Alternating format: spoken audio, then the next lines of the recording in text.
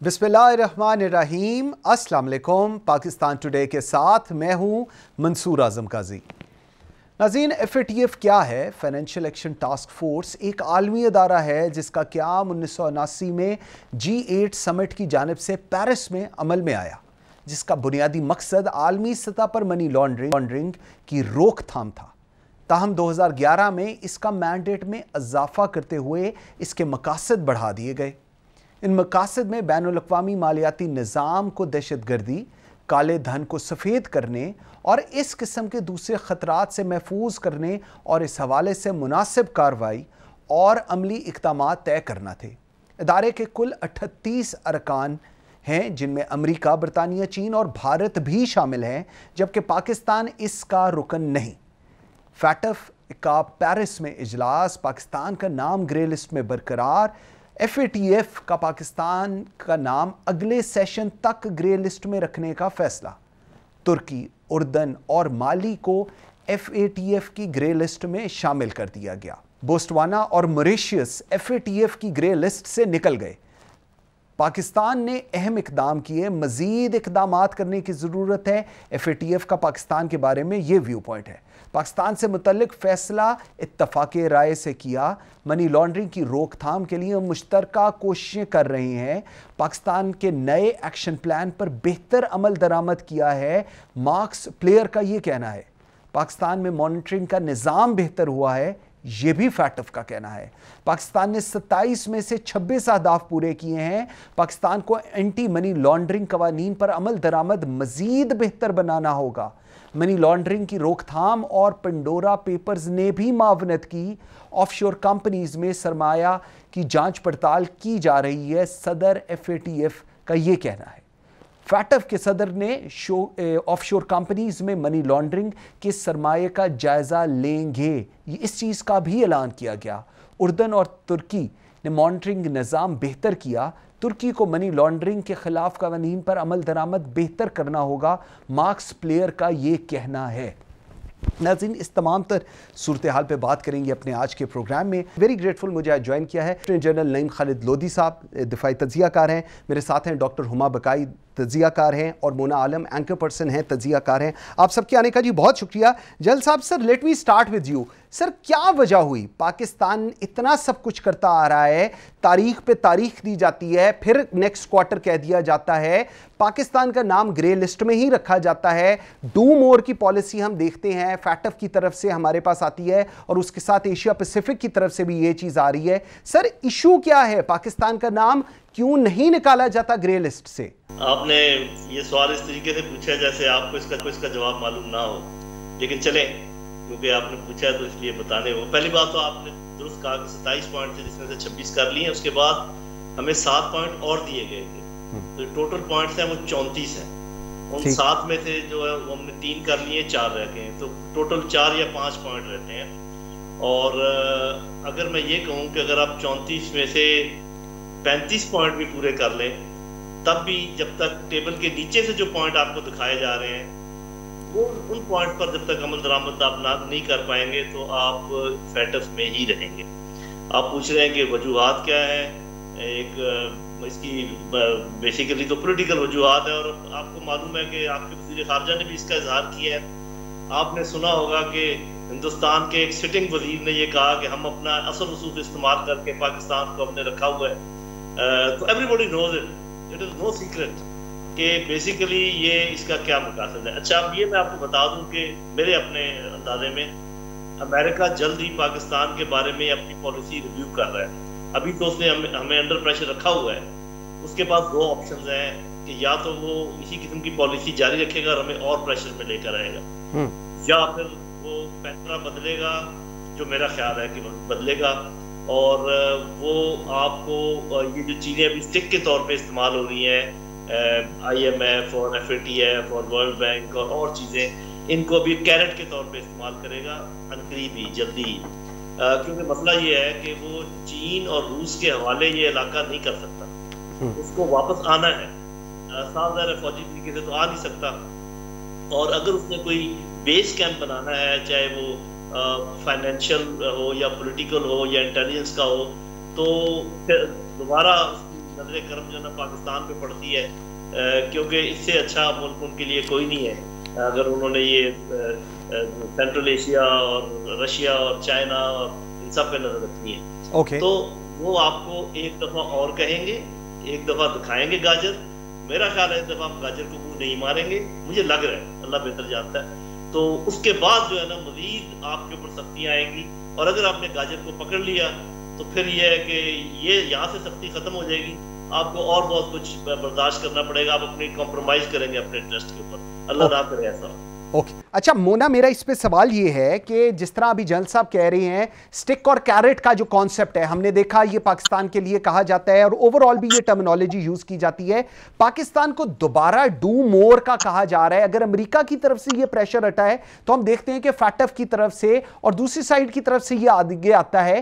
Compliance पूरी हो रही है चीजों की, स्टेट बैंक कंप्लायंस कर रहा है, बैंक्स कंप्लायंस कर रहे हैं, लेकिन apparently it feels like this is more than the compliance. कुछ और हासिल करने की जरूरत है पाकिस्तान से फैटफ को, जिसके लिए सब कुछ किया जा रहा है। देखिए पॉलिटिकल लॉबी तो जो उसका एक जुज है फैटफ का, उसको हम नहीं उसको रूल आउट कर सकते हैं। जैसे Indian external affairs minister Jaishankar भी कह चुके हैं कि उन्होंने पाकिस्तान को एक लॉबी के तहत रखा है ग्रे लिस्ट में, तो ये तो बात अपनी जगह वैलिड है। और ये जाहिर है कि पाकिस्तान की सिफारतकारी के ऊपर भी ये बात लागू होती है कि जब हम, आपको याद होगा लाहौर में धमाका हुआ, हमने उसके ऊपर डोजियर दिया बाकायदा कि भारत का हाथ मुलविस है, हमने पूरा एक्सप्लेन किया कि किस तरह का उनका नेटवर्क है जिसने इस किस्म की कार्रवाई पाकिस्तान में कराई। लेकिन आप मुझे बताएं कि पूरे फैटफ में भारत का तो कोई नामो निशान नजर नहीं आता। तो इस किस्म की चीजें ऑन ग्राउंड एविडेंस के साथ होने के बावजूद भी अगर दूसरे मुल्कों को पेनलाइज नहीं किया जा रहा है और पाकिस्तान की तरफ तमाम तोपों का रुख है, तो यकीनन इसकी पॉलिटिकल लॉबी को हम कभी भी इसको हम लोग रूल आउट नहीं कर सकते हैं। इनफैक्ट पाकिस्तान के साथ साथ इस मरतबा टर्की को भी ग्रे लिस्ट किया गया है, और आपको पता है कि उसका भी जो ताना बाना जुड़ता है वो अमेरिका से हुई हुई एक डील के साथ जुड़ता है, जिसमें Turkey did not do more as per the American books. और उस हिसाब से उसके ऊपर उनको प्रेशराइज करने के लिए ऐसा माना जा रहा है from very verified school of thoughts के, इसलिए टर्की को इस मर्तबा ग्रे लिस्ट में जाना पड़ा। तो ये बात तो अपनी जगह कायम है। अब पहले एक और चीज से जो ये बात वैलिडेट होती है वो ये भी है कि पहले उन्होंने हमें 27 पॉइंट्स दिए प्लान ऑफ एक्शन, उसमें से हमने 26 कर लिए, सिर्फ एक रह गया। और जब हम बिल्कुल अपनी मंजिल के, उनके हिसाब से अपने मंजिल के बिल्कुल करीब थे, उन्होंने पिछले रिव्यू में हमें 7 पॉइंट्स और थमा दिए, जिनमें से फिर वंस अगेन हमने 4 कर लिए हैं इस दफा। और अब कुल मिलाकर वो 7 में से 4 हो गए, बचे 3, और एक 26 जो हमने कर लिए थे 27 में से उसका 1। तो इन टोटलिटी अब 4 नुकात हैं जिनके ऊपर हमारी कंप्लाइंस उनको मजीद चाहिए।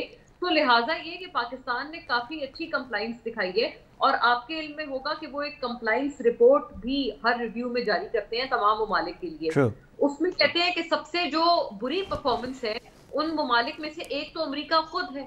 तो इस किस्म की चीज क्या अमेरिका की जानिब आ सकती है, कोई इसको सोच भी नहीं सकता। और इस तरह से दीगर भी, आपको पता है ब्लैक लिस्ट में 2 मुल्क रह गए, एक नॉर्थ कोरिया है, एक ईरान है, और आपको उसके रीजंस भी पता है। इन दोनों ममालिक का जिनके साथ कॉन्फ्लिक्ट है ये पूरी दुनिया जानती है। तो इसमें पॉलिटिकल लॉबी का एक एंगल है। लेकिन एक और मेरा अर्ज ये है कि देखिए हमारे क्रिमिनल जस्टिस सिस्टम में बेहतरी आने की बहुत बहुत गुंजाइश है, और इसको हमें सिर्फ फैटफ के लिए नहीं, हमें ये हमारे अपने मफाद में है। हम नेशनल एक्शन प्लान ले लें या कोई मर्जी चीज, आपको पता है पाकिस्तान में धमाके भी बढ़ गए हैं, ये दहशतगर्द की कार्रवाइयां, दहशतगर्दाना कार्रवाइयां बढ़ गई हैं जब से अफगानिस्तान में तालिबान ने टेक ओवर किया है। बहुत सारी ऐसी चीजें हैं जो कि हमसे ये दरकार करती हैं कि हम अपने नेशनल एक्शन प्लान पे बेहतर अमल पैरा हो। उसके लिए हमारा क्रिमिनल जस्टिस सिस्टम बेहतरीन फ्लॉलेस होना जरूरी है, और उसमें भी लूप होल्स हैं। तो लिहाजा लॉबी वाली बात एक जगह, लेकिन इसको कोई नहीं झुटला सकता कि हमारे क्रिमिनल जस्टिस सिस्टम में बेपना बेहतरी की गुंजाइश है। वहां पर चीजें लटकी रहती हैं और कभी उनका कोई फाइनलिटी में डिसीजन नहीं हो पाता। तो यहाँ पर we have to put our own house in order as well. बिल्कुल ठीक है। डॉक्टर हुमा बकाई जी हमारे साथ हैं। जी डॉक्टर साहब, अब मुझे जरा बताइएगा, मार्क्स प्लेयर जो इनके हेड करते हैं, उन्होंने कहा जी मनी लॉन्ड्रिंग की रोकथाम के लिए मुश्तरका कोशिशें कर रहा है पाकिस्तान, इसको एक्नॉलेज किया। पाकिस्तान नए एक्शन प्लान पर बेहतर अमल दरामद भी कर रहा है।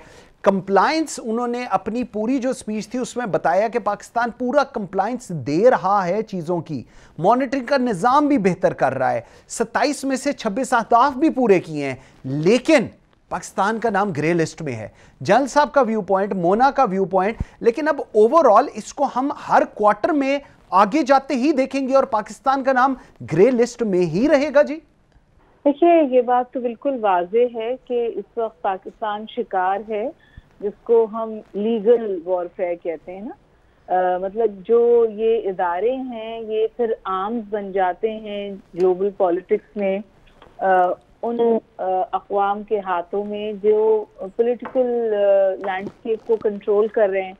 अभी आपने देखा कि मॉस्को फॉर्मेट हुआ है, उसमें पाकिस्तान गया, तालिबान को इनवाइट किया गया अफगानिस्तान से। जो तालिबान का और पाकिस्तान का लार्जली पॉइंट ऑफ व्यू है वो 10 कंट्रीज ने वहाँ उसको रेजोनेट किया, और ओवरऑल एक अंडरस्टैंडिंग अब ये है कि अफगानिस्तान से जो अमेरिका का इनखला है इसके हवाले से एक डैमेज कंट्रोल है। और इस डैमेज कंट्रोल में एक और बात जो है कि अफगानिस्तान जो है वो समझिए ग्लोबल प्रेडिक्टर बन गया इस बात का कि आया अमेरिकन हेजेमनी रीस्टैब्लिश होगी या चाइना की राइजिंग पावर अब करेंसी होगी ग्लोबल पॉलिटिक्स में।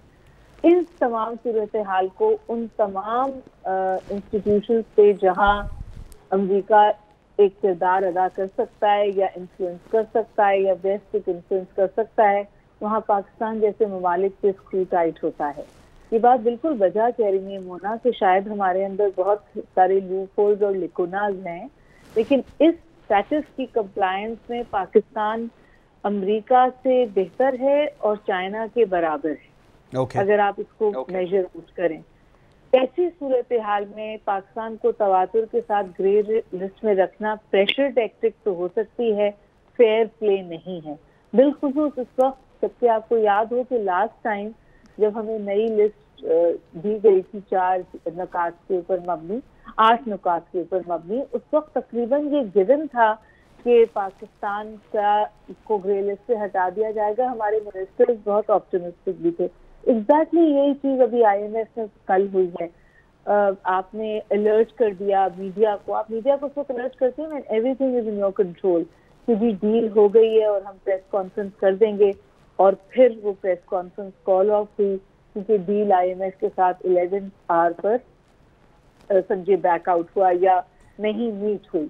और हमने तो इसका सूरत हाल प्रेसलर अमेंडमेंट में देखी है। प्रेसलर अमेंडमेंट जो थी वो पाकिस्तान की फेवर में की गई थी और फिर पाकिस्तान के खिलाफ इस्तेमाल की गई जब सिचुएशन तब्दील हुई, टाइट टर्न हुई और पाकिस्तान की यूटिलिटी अमेरिका के लिए कम हुई। तो मुझे तो इस बात के हवाले से कोई मेरे जहन में इब्हाम नहीं है कि इस वक्त जो ग्लोबल पॉलिटिक्स है जिसमें कैंप पॉलिटिक्स हो रही है और अमेरिका नहीं चाहता कि पाकिस्तान उस तौर चाइना कैंप में हो कि वो अमेरिका के मद्मुकाबिल खड़ा हो, वहाँ पर पाकिस्तान के ऊपर स्क्रू टाइटनिंग है फैक्टर जैसे इदारों से। पॉइंट आ गया आपका, बिल्कुल ठीक है। जल साहब, अब 2-3 चीजें हैं जो बड़ी इंटरेस्टिंग है। एक तो डॉक्टर हुमा बकाई जो कहती हैं और जो मेरे ख्याल में पूरा पाकिस्तान कहता है कि जी एक प्रेशर टैक्टिक्स हैं जो पाकिस्तान के ऊपर लगाए जा रहे हैं and it's not a fair play. दूसरी तरफ हम देखते हैं जिस तरह अभी मोना कह रही है क्रिमिनल जस्टिस सिस्टम भी स्ट्रांग होना चाहिए, लेकिन उसके साथ साथ नेशनल एक्शन प्लान के ऊपर जिस तरह काम हो रहा है ये पूरे मुल्क को पता है हमने किस तरह कंप्लायंस की है। सर, इस सारी चीजों के बावजूद हम लोग कब तक प्रेशर टैक्टिक्स में रहेंगे? पाकिस्तान कब तक इस चीज के अंदर रहेगा? अफगानिस्तान से एग्जिट हो चुका है, अगर वापस आना है तो क्या इस उम्मीद पे कि हम वापस आएंगे और पाकिस्तान की आर्म ट्विस्टिंग करेंगे तब तक हम फिर अपने आप को ग्रे लिस्ट के अंदर ही रखें जी, फिर भूल जाएं व्हाइट लिस्ट की बातें करना? अच्छा जी, बात ये है ना कि इसमें तो कोई शक नहीं कि जो चीजें हमसे डिमांड की जा रही हैं उनमें से अक्सर हमारे अपने फायदे की हैं, लेकिन आप ये देखिए कि वो डिमांड कहाँ तक जा रही है। पहले उन्होंने कहा कि आप अपनी जितनी जिहादी तंजीमें उनको बैन करें, ओके गुड, बैन कर दिया। फिर उन्होंने कहा कि इनके जितने लीडर इनको पकड़ लें, ओके पकड़ लिया। फिर वो कहते हैं इनके ऊपर मुकदमा चलाएं, वो चल रहे हैं। अब वो कहते हैं नहीं इनको सजाएं दें। मतलब ये कि ठीक है, मानना हमारा जस्टिस सिस्टम बड़ा खराब है, गया गुजरा है, लेकिन इतनी इंटरफेयर कौन करता है कि आप कहें जी इस बंदे को पकड़ो, इसको जेल में डालो, इस पे मुकदमा चलाओ, अब इसको सजा दो। तो फिर हमारी जो है ना अदालतें किधर गई? कैसे हुआ। तो वो जो आप कह रहे हैं कि फिर इस सिलसिले में हम क्या करें, देखिए सीधी सी बात है, आपको अपने प्रोज एंड कॉन्स जो है उनको उनका मुआवजा करना है कि आप जब FATF की बात मानते हैं तो फिर क्या होता है, अगर नहीं मानते तो फिर क्या होता है। तो जिसमें आपको ज्यादा फायदा नजर आता है वो कर लेना चाहिए। मुझे तो ऐसे लग रहा है कि बजाय इसके कि आप बहुत ज्यादा हाथ पांव मारे व्हाइट लिस्ट में आने के, जिसकी जो कि हमारा हक है, आपकी कोशिश ये होनी चाहिए ब्लैक में ना रहे और ग्रे में रहे। क्योंकि ब्लैक में करने के लिए उनके पास कोई मजीद मॉरल ग्राउंड नहीं होगा। और जब तक आप चाइना के साथ उनके करीब हैं, जब तक आप अफगानिस्तान में ये कोशिश कर रहे हैं वहां पे अमन की, और वहां की जो अबूरी हुकूमत है उसको एक किस्म की सपोर्ट पूरी दुनिया से मांग रहे हैं, उस वक्त तक मेरे भाई आप नहीं निकल सकते इसमें से। और दूसरा ये है कि आपको ये भी अपना फैसला कर लेना चाहिए कि हमेशा अच्छा होता है, ये बेहतरीन डिप्लोमेसी होती है कि आप दो कश्तियों में पांव रखें, आप हर एक से बना के रखें और कोशिश ये करें कि कोई नाराज ना हो। लेकिन जब आपको एक एंटिटी धक्का दे के दूसरे कैंप में डालने की कोशिश कर रही हो तो इसमें एक खतरा भी मुज़मिर है। और वो खतरा ये है कि देखें, बड़े मुल्क आपस में तो नहीं भिड़ते, ये कोशिश करते हैं कि किसी उसके छोटे को तलाश कर लें और उसकी पिटाई कर दें। तो पाकिस्तान को बड़ा गौर व फिक्र करना है कि ये हमें जबरदस्ती क्यों धक्का दिया जा रहा है और क्यों हमें पुश किया जा रहा है चाइना की तरफ। मुझे शक है कि अमेरिका और हिंदुस्तान ने ये फैसला किया हुआ है कि इनको एक दफा अपने से दूर करें, चाइना के और करीब करें, उसके बाद फिर इसकी खबर लें, चाइना की खुद ब खुद बेइज्जती हो जाएगी। तो इंशाल्लाह ऐसा हो तो नहीं पाएगा, लेकिन मुझे उनके अज़ाइम में ये बात नजर आती है। अगर ये नहीं है तो जैसे मैंने आपको पहले कहा कि it is just a matter of few weeks कि आप अमेरिका के तेवर में एक तब्दीली देखेंगे और वो अनकरीब आपको मजीद डॉलरों की खुशबू सुंघाएगा और कुछ प्यार मोहब्बत जताएगा। देखें, उन्होंने एम्बेसडर अपना भेज दिया, आपको मिडल ईस्ट से कुछ मदद मिलने के आसार हो गए। अभी अगर वो आके आप उनको वो इकोनॉमिक बेस या पॉलिटिकल बेस दे देते हैं तो सारा मसला किसी हद तक हल होने के इम्कानात है। बड़ा मुश्किल काम है, पुल सिरात पे चलने का काम है और अच्छी डिसीजन मेकिंग का काम है, लेकिन हम जिस तरीके से एक दूसरे के गिरेबान पकड़े हुए हैं और फ्रोई चीजों में लगे हुए हैं और जो जहाँ पर जो मचा हुआ है हरूश, मेरा नहीं ख्याल कि हम आराम से बैठ के कोई सही डिसीजन लेने के काबिल हैं। बिल्कुल बिल्कुल ठीक है। मोना, मुझे जरा बताएं, मनी लॉन्ड्रिंग की रोकथाम के लिए बड़ा इंटरेस्टिंग जो इनके प्रेसिडेंट है उन्होंने बताया कि रोकथाम के लिए पंडोरा पेपर्स ने भी मुआवनत की, ऑफशोर कंपनीज में सरमाया की जांच पड़ताल की जा रही है। बड़ी इंटरेस्टिंग चीजें निकाल के ये बता रहे हैं, ऐसे एज इफ कि दे आर प्रोवाइडिंग एवरीथिंग। और जी वो भी बड़ी सपोर्टिव चीज मिल गई है पाकिस्तान को, और अब पाकिस्तान को उसके ऊपर भी कंप्लायंस करनी चाहिए। अगर सारी चीजों के ऊपर हमें इस तरह की डिक्टेशन मिलेगी तो फिर पाकिस्तान किधर स्टैंड करेगा? इस तरह की इस नजरिए से आप क्या कहेंगी?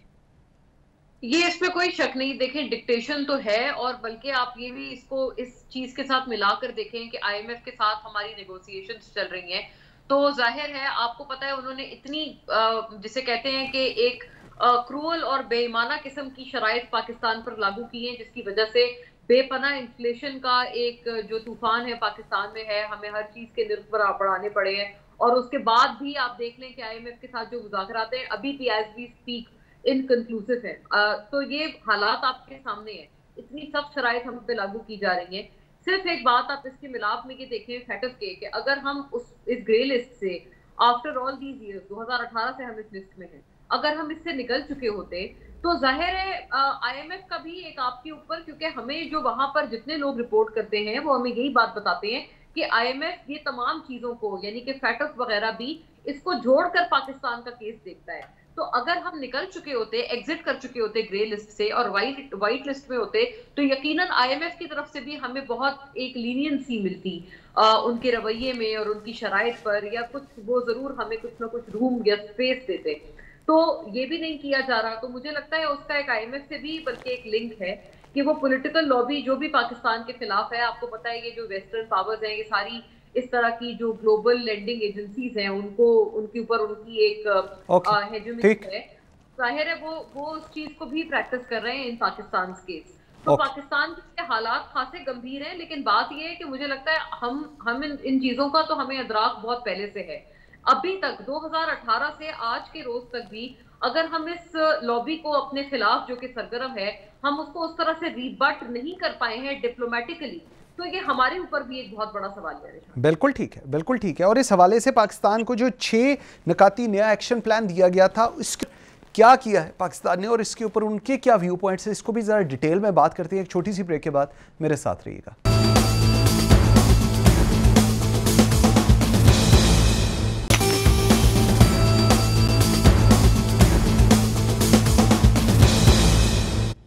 Welcome back after the break जी। डॉक्टर हुमा बकाई, आपकी तरफ में आता हूं। जो 6 निकात नेशनल एक्शन प्लान के दिए गए, जिसमें कहा गया मनी लॉन्ड्रिंग के खिलाफ एक कवानीन में तरमीम करके बैनुल अक़वामी ताउन को फ़रोग़ दिया जाए, पाकिस्तान ने कंप्लाइंस की, साबित किया जाए कि अक़वाम मुत्तहिदा की तरफ से नामज़द अफराद के खिलाफ बैनुल अक़वामी ताउन लिया जा रहा है। तीसरा, साबित किया जाए मुल्क में गैर मालियाती कारोबार और प्रोफेशनल अफराद जैसे रियल स्टेट एजेंट्स, जौहरात के डीलर्स, वकला, अकाउंट्स और दूसरे पेशावराना अफराद के हवाले से लाहक ख़तरात का जायज़ा लेने के लिए ऐसे अफराद की निगरानी और इनके खिलाफ एक्शन का तरीक़ेकार मौजूद किया जाए। डायरेक्शन दी जाती हैं हर दफ़ा कि अब ये करो, अब ये करो, अब ये करो, तो सारी डायरेक्शन पे कंप्लायंस पाकिस्तान ने करनी है। तो इसके बाद पाकिस्तान की अपनी सैनिटी कितनी रहेगी अगर सारा कुछ डिक्टेट किया जाएगा और पाकिस्तान उसको मुकम्मल तौर पे मनोअन तस्लीम कर पे कंप्लायंस देगा? जी बहुत सख्त बात कहने जा रही हूँ। Beggars are not choosers. आपके जो माशी सूरत हाल है वो इतनी कमजोर है कि आप इस वक्त तकरीबन वर्ज पर हैं एक इकोनॉमिक कोलैप्स के। और मोर रिसेंटली जो स्टेटमेंट आया आपके गवर्नर स्टेट बैंक का, उसने तो समझिए जलती पर आग का काम किया।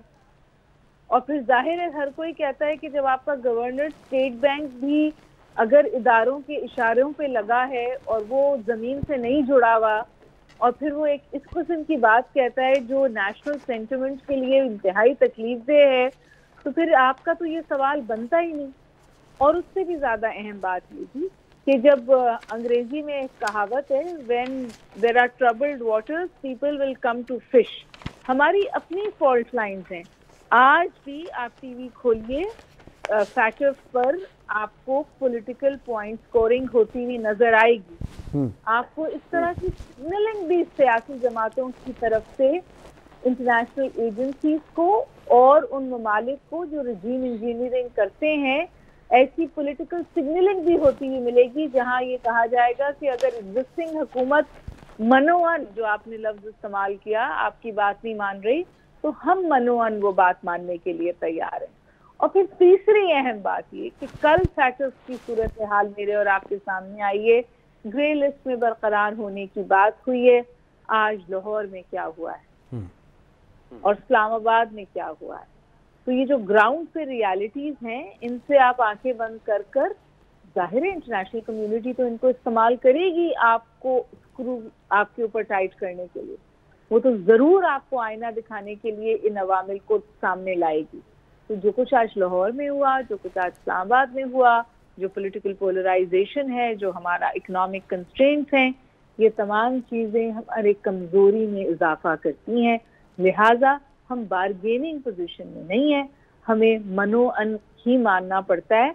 और फिर भी हम जो है वो सूरत हाल अहदाफ अचीव नहीं कर पाते जिनके लिए लेकर निकलते। आपके साल में भारत में मसाइल नहीं है। ये जो पूरा न्यूक्लियर प्रोलिफरेशन का किस्सा है, पाकिस्तान जो इंडिपेंडेंट एजेंसीज हैं वो आज भी कहती हैं कि हमारी न्यूक्लियर कंट्रोल जो हैं वो दुनिया में बेहतरीन है। भारत में प्रोलिफरेशन के टेंजिबल प्रूफ्स हैं, लेकिन कदगनी नहीं है। तो मेरा ख्याल है कि पाकिस्तान इस वक्त इतनी वीक फुटिंग पर है कि वो इस पोजीशन में ही नहीं है कि कुछ बारगेन करे। वो चीजें मानता है अपने आप को अबव द वाटर रखने के लिए, सरवाइव करने के लिए। ओके, ठीक।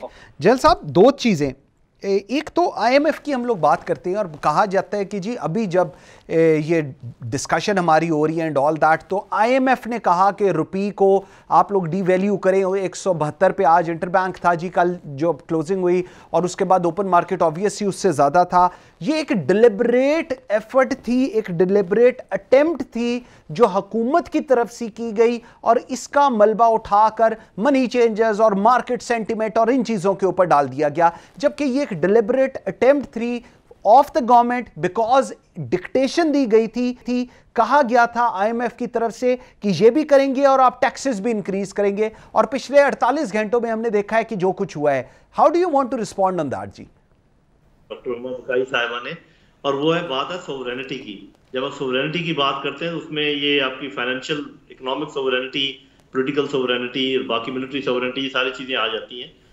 तो ये वो बिल्कुल ठीक कह रही है कि जब आपकी बुनियाद जो कि इकॉनमी है, जब उसके ये हालात हों, ये अलग बहस है कि ये सब कुछ हमारा अपना किया धरा है या ये मेरे अपने ख्याल में मिक्सचर है। हमारी अपनी कोताही इसमें बिल्कुल शामिल है, लेकिन बाहर से डेफिनेटली इस किस्म की इंटरफेरेंस हुई है जिसने हमें यहाँ पर लाकर खड़ा किया जहाँ पर के आज हम खड़े हुए हैं। तो जैसे बनाना स्टेट अंदर के प्रेशर बर्दाश्त नहीं कर सकती, जैसे अभी वो जिक्र कर रही थी जो कुछ हो रहा है लाहौर में, इस्लामाबाद में, वही बनाना स्टेट बाहर के प्रेशर भी बर्दाश्त नहीं कर सकती जैसे है। अब ये परेशानी ये है कि अब हम ये बनाना बने रहेंगे या हमें कोई दम खम है। एक तो ये है ना कि जब हमें मैं ये हमेशा कहा करता हूँ कि अगर तो जो हम फॉलो कर रहे हैं पाथ या जो आईएमएफ के डिक्टेट्स हैं जो भी हैं, अगर उसके बाद हर अगला साल पहले वाले साल से बेहतर है तो लेट अस कैरी ऑन। लेकिन अगर हर अगला साल पहले वाले साल से बदतर है तो we have to stop digging. हम उस होल से तब निकलेंगे जब हम आप खोदना बंद करेंगे। तो आपको खड़ा होना पड़ेगा मेरे भाई, आपको कॉन्सिक्वेंसेस बर्दाश्त करने पड़ेंगे, आपको अपनी बेल्ट टाइट करनी पड़ेगी। ये नहीं हो सकता कि अल्ले तलल्ले भी जारी रहें और साथ आप ये भी कहें कि जी वो हमें ये क्यों कह रहा है और वो हमें क्यों कह रहा है। अपने खर्चों को देखें, अपने गवर्नेंस को देखें, मामलात को ठीक करें, और अगर कोई निज़ाम में आपको खामी नजर आती है इस निज़ाम को जरा कसें, इसको ठीक करें। अगर आप ये समझते हैं कि जिस निज़ाम ने आपको अभी तक नहीं डिलीवर किया उसी को जारी रखना चाहते हैं, और जिस किस्म की इमदाद ने आपकी असल में फर्क नहीं डाला आपके फ्यूचर में और आपकी हैसियत में, उसी इमदाद को अगर आप जारी रखें तो ऐसे ही है कि आपको पक्का पता हो कि मैं एक अंधे कुएं की तरफ जा रहा हूँ, फिर भी आप चलते चले जाएं, आप रुकने के लिए तैयार ही नहीं है। तो ये आपको रुकना पड़ेगा मेरे भाई, इसमें बड़ी कुर्बानियां देनी पड़ेंगी, और ऐसे ये खुद ब खुद मामले हल नहीं होंगे। बिल्कुल ठीक है। मोना, दो चीजें मुझे जरा बताएं।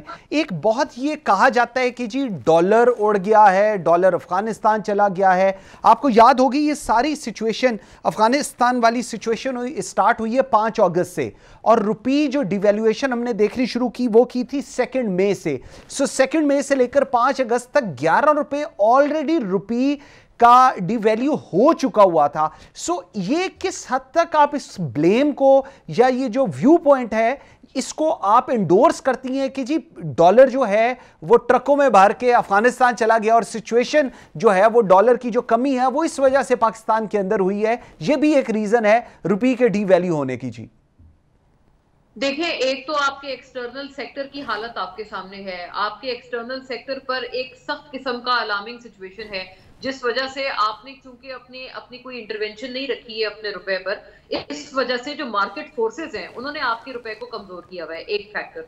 दूसरा फैक्टर ये कि जो एक ग्लोबल फैक्टर है, डॉलर वैसे भी काफी करेंसीज के कंपैरिजन में बढ़ा है, तो ये दूसरा फैक्टर है। लेकिन एज अ थर्ड फैक्टर, ये जो अफगानिस्तान में पैसा डंप हो रहा है, डॉलर डंप हो रहा है, मैं नहीं समझती हम इसको रूल आउट कर सकते हैं। Some days ago Sheikh Rashid Sahab interior minister कह रहे थे कि हम जी इसकी रोकथाम के लिए करेंगे कुछ, और हम पता लगाएंगे कि कौन लोग हैं जो डॉलर बाहर ले जा रहे हैं। उस बारे में क्या हुआ? वो जाहिर है अगर वो ये बात कह रहे हैं तो ये भी एक तरह का कन्फेशन है कि वो मान रहे हैं कि यहाँ से आउटफ्लो डॉलर का अफगानिस्तान हो रहा है, और वहां पर चूंकि आपको पता है उनके खासे अमेरिका ने फ्रीज किए हुए, तो वो वहां पर इसलिए पाकिस्तान पे अब डिपेंडेंट है। और आपको पता है वजीर खारजा भी वहां पर अभी एज वी स्पीक गए हुए हैं। ये तमाम चीजें पाकिस्तान के नॉलेज में है। पाकिस्तान दानिस्ता गैर दानिस्ता दोनों तौर पर अफगानिस्तान की मदद कर रहा है, लेकिन मैं समझती हूँ कि दिस हैज टू स्टॉप। इसको हमारे अपने जो एक्सटर्नल सेक्टर के हालात हैं और हमारे रुपए की जो कदर है, आप देख रहे हैं पाकिस्तान में जो एक महंगाई की वजह से जो प्रेशर है और जो यहाँ पर एक इसकी वजह से तूफान मचा हुआ है, अगर हमने अपने घर में ये चीजें रोकनी है तो हमें अफगानिस्तान की फिक्र बाद में करनी चाहिए। एटलीस्ट पाकिस्तान के केस में एक फैक्टर, मैंने आपको 3 फैक्टर गिनवाए हैं। एक्सटर्नल सेक्टर आपसे कंट्रोल नहीं हो रहा, जिसमें इंपोर्ट्स एक्सपोर्ट्स, आपकी आमदनी अखराजात दोनों का वास्ता है। आपके एक्सपोर्ट्स को बहुत एक तरह से बूस्ट मिलना चाहिए था आपके रुपए की कदर कम होने से, वो भी हमें उस तरह से नहीं मिला।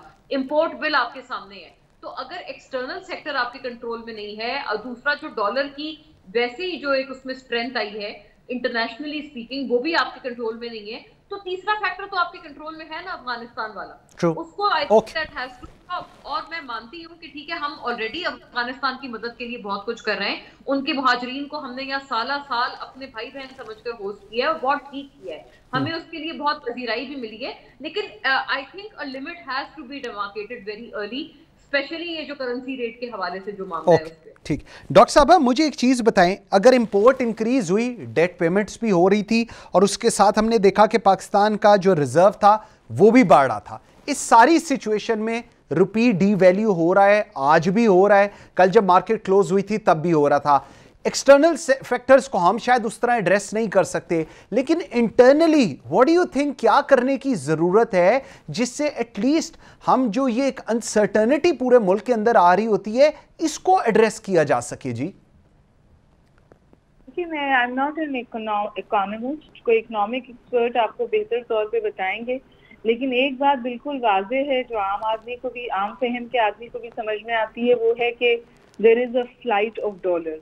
तो उन्होंने कुछ चीज़ें इंट्रोड्यूस की कि जी वो बायोमेट्रिक्स कराएं, कुछ मनी एक्सचेंज वालों को पकड़ा भी, जहाँ मुख्तलिफ शनाख्ती कार्ड पे बहुत ज़्यादा डॉलर जो हैं वो खरीदे गए। इस तरह के कुछ स्टेप प्रिंट मीडिया में आए, इस हवाले से बात हुई। लेकिन फिर ये अकास है कि आपने बॉर्डर मैनेजमेंट तो की, जिस वक्त अफगानिस्तान में गनी की हुकूमत कोलैप्स हुई, आपने वॉर फुटिंग से फेंसिंग तो की, आपने रेफ्यूजीज के हवाले से तो आपने समझिए ग्राउंड पे कुछ स्टेप्स लिए कि रेफ्यूजी इन्फ्लक्स ना हो, बल्कि ये भी हुआ कि अगर रेफ्यूजीज आ गए विदाउट पेपर्स तो आपने उनको वापस भेजा कि हम विदाउट पेपर्स किस अफगान को अब एक्सेप्ट नहीं कर रहे। ठीक है। लेकिन जो एक समझिए लूप होल रह गया वो फिस्कल कंट्रोल थे। जब ये कोलैप्स हुआ अफगानिस्तान में तो हमारे जो हुक्मरान हैं या जो इकोनॉमिक मैनेजर्स हैं, उन्होंने इस बात का इदराक नहीं किया कि जो फिस्कल या इकोनॉमिक कोलैप्स होगा अफगानिस्तान का, उससे का भी पाकिस्तान पे डायरेक्ट असर आएगा और उसका सबसे पहला स्टेप जो होगा वो डॉलर फ्लाइट होगी। और फिर आप देखिए कि पाकिस्तान फॉन्डेड बना उन लोगों का भी जो अफगानिस्तान से पाकिस्तान के थ्रू बाहर जा रहे हैं। इसमें बहुत सारे ऐसे भी लोग हैं, अफगान हैं, जिन्होंने अपनी फैमिली को भेज दिया था और उन्होंने भी यहाँ रहने के लिए भी या यहाँ से बाहर जाने की तैयारी के लिए भी लिटरली डॉलर को होल्ड किया, बहुत ज्यादा डॉलर बाय किया, इसलिए मार्केट में बहुत डिमांड भी। तो ये एक सिंपल रूल है कि एक हमारी जो फिस्कल कंट्रोल्स होने चाहिए थे अफगानिस्तान की सूरत हाल को देखते हुए, they were not put in place. और मैं इकोनॉमिस्ट नहीं हूँ, मेरे जो माशी माहिरीन होंगे वो से आपको बेहतर तौर पे समझा सकेंगे। तो कुछ गवर्नेंस, इकोनॉमिक गवर्नेंस के ग्लेरिंग फेलियर्स हैं जो अब सर चढ़ के बोल रहे हैं। और ये सिर्फ इमरान खान साहब की हुकूमत नहीं है, ये एक consistent fire brigade economic policy है हमारी। यहाँ आग बुझाओ, वहाँ आग बुझाओ, हम कभी भी सस्टेनेबल मेजर्स की तरफ नहीं जा सके। और अब ये सूरत हाल इस हद तक इसका बिगाड़ है कि अब तकरीबन आप समझिए कि पाकिस्तान की, अल्लाह माफ करे मैं ये बात कह रही हूँ, कि हमारी जो माशी सूरत हाल है वो हमारी बका पर सवालिया निशान उठा सकती है। हम इतनी मुश्किल माशी सूरत हाल में जो मुल्क कर्ज लेकर कर्ज उतार रहा है, आप मुझे बताइए। बिल्कुल ठीक है, बिल्कुल सही। जल साहब, लास्ट 2 चीजें जरा बताइएगा। मनी लॉन्ड्रिंग और टेररिस्ट फाइनेंसिंग, ये एक बड़ा एलिगेशन था कि जी पाकिस्तान के ऊपर, और हमने इसको एड्रेस करने के लिए वो तमाम इक़दामात किए और इस चीज़ को एंडोर्स पूरी दुनिया ने भी किया, फैटफ वालों ने भी किया। लेकिन at the end of the day वो कसक जो है शायद वो उनकी अभी भी पूरी नहीं हुई, जबकि वो देखते हैं सारी चीजें हो रही हैं। सर, इसका वे आउट, अब let's come to the conclusion कि हम इसको कब तक देखें? We should all accept it that yes Pakistan is in the grey list, it will remain in the grey list, या वी शुड होप फॉर कि ये जो चीजें हम थोड़ी थोड़ी मजीद करते जा रहे हैं, कंप्लायंस देते जा रहे हैं, इससे सूनर और later Pakistan will be in the white list? Compliance जैसे मैंने कहा कि वो तो कोशिश करते रहना चाहिए, डिप्लोमेटिकली भी वो अच्छी है हमारे लिए, लेकिन आप ये देखिए कि ये दोनों चीजें जो है, मनी लॉन्ड्रिंग और टेरर फाइनेंसिंग, इसके 2 या 3 तो नहीं है, एक जगह से चीज जाती है दूसरी जगह पहुंचती है। अगर पाकिस्तान से बाहर लॉन्ड्रिंग होती है तो उसकी जो जगह है जहां पर वो जाती है वो आपको भी मालूम है, हमें भी मालूम है, ऑफशोर कंपनीज हैं और ये बड़े बड़े मुल्कों के साथ लगी हुई हैं। अगर उधर से इधर हमारे पास आती है तो वहां से एमिनेट होके आती है। ये जो सोने की बात कर रहे थे कि सोने के कारोबार को कहते हैं जी वो कंट्रोल करें और रियल स्टेट के कामों को कंट्रोल करें, तो जरा देखिए दुबई की मार्केट में जाके कि सोने पर कितना कंट्रोल है। आप जाएं जितना मर्जी खरीद लें, कोई आपको नहीं पूछता कि आप किधर से आए और क्या कर रहे हैं। तो मेरे भाई, it is selective application of an instrument which is political in nature. ठीक है, उसका उन्होंने बनाया हुआ लॉ, फिर सही लफ्ज इस्तेमाल किया था बहन ने कि ये it is a law fair against Pakistan. So basically अब इसमें से निकलने का मुझे तो कोई समझ नहीं आती कि क्या रास्ता है। आप पहले खड़े थे, आप बैठ गए, उन्होंने कहा लेट जाओ, आप लेट गए, अब लेटने के बाद और आप क्या करेंगे? तो मेरा अपना ख्याल ये है कि आपको दीवार के साथ लगा दिया गया है।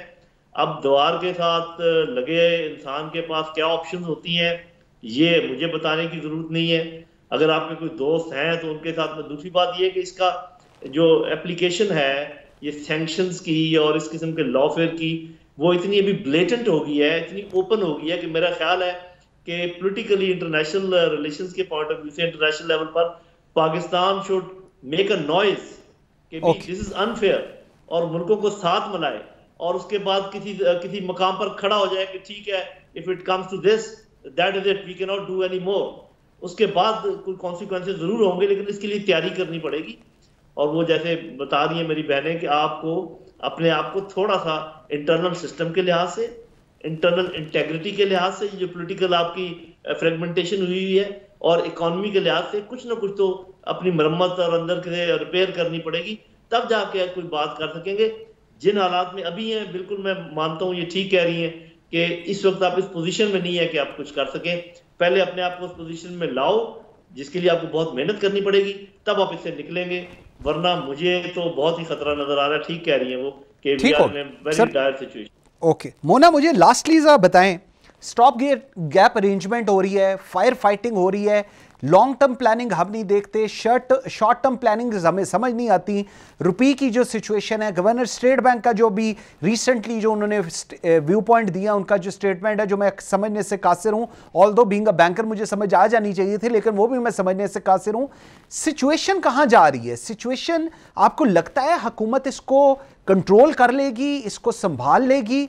How do you foresee that? बिल्कुल ये सही बात है। उनकी स्टेटमेंट मजीद डैमेजिंग थी और आपको पता है स्पेकुलेटिव जो चीजें थी वो उनकी स्टेटमेंट से भी काफी बिगड़ी हैं, जो कि हम करेंसी का हाल देख रहे हैं पिछले गुज़िश्ता आई थिंक 2 रोज से, जब से उनकी स्टेटमेंट आई है मंजर आम पर, और फिर it spreads like wild fire, जाहिर है जो उसकी नौयत थी। देखिए 2 बातें हैं, एक तो ये कि हम ये बात सारे इत्तेफाक कर रहे हैं कि एक पॉलिटिकल डोमिनेंस है लॉबी की फैटफ में, लेकिन बात ये है कि हम बहुत सारे बुरे मुल्कों को गिनवा रहे हैं ना जो हमसे बुरे हैं। जैसे अभी बात की गई ये कलदम तंजीम की और ये सारे मामला, आप बदकिस्मती से आप देखें इस किस्म की एक तंजीम, no better words than this, Bharat में इन पावर है। मतलब हाँ, ऐसे बीजेपी बिल्कुल ठीक है, इट इज इन पावर। आपने क्या किया उनके खिलाफ? आपने फैटफ ने कभी एक आईब्रो तक उठाई उनकी तरफ नहीं उठाई। हैविंग सेड दैट मैं अपने आप को बहुत एम्फसाइज करके कहना चाहती हूँ कि 2 wrongs do not make a right. इसका ये मतलब नहीं है कि हम भी वही करने लग जाएं और हम बोलें चलें जी वो उनके लिए ठीक है तो ये हमारे लिए भी ठीक है। नो, जाहिर है ये तमाम चीजें हमारे लिए मायने रखती हैं, हमारी अपनी सालमियत के लिए जरूरी है।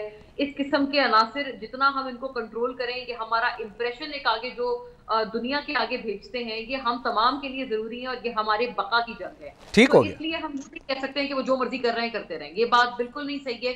2 wrongs will never make a right। हमें ये फैटफ के लिए नहीं अपने लिए करना चाहिए। बदकिस्मती से कि हम अपने लिए नहीं करते हैं, उससे क्या होता है कि इस तरह के जो फैटफ है, IMF है, इनको आपके ऊपर एक तो उंगलियां उठाने का, आपको डिक्टेशन देने का मौका मिल जाता है। और ये बात बिल्कुल दुरुस्त है, सारे लोग जो कह रहे हैं कि आपकी इकोनॉमिक जो इस वक्त फ्लाइट है या कंडीशन है, उसको देखते हुए यकीनन आप इस वक्त इस पोजीशन में नहीं है कि आप किसी को भी कुछ बोल सके। बिल्कुल क्योंकि ठीक। भारत को और दीगर ममालिक को जो एक फैक्टर सेट असाइड करता है पाकिस्तान से, वो उनकी इकोनॉमिक माइट है। इकोनॉमिक माइट है, बिल्कुल ठीक है। तो यहाँ पर नकल करें। मोना, आपका पॉइंट आ गया। Mona Alam, thank you very much. Doctor Huma Bakai, thank you very much. Lieutenant general Naeem Khalid Lodhi sahab, thank you very much ji, आप सबके टाइम बहुत शुक्रिया। व्यूअर्स, आज के लिए इतना ही। बशर्ते ज़िंदगी, आपसे मुलाकात होगी कल। मुझे मंसूर आजम काजी को इजाज़त दीजिए। अल्लाह हाफिज़।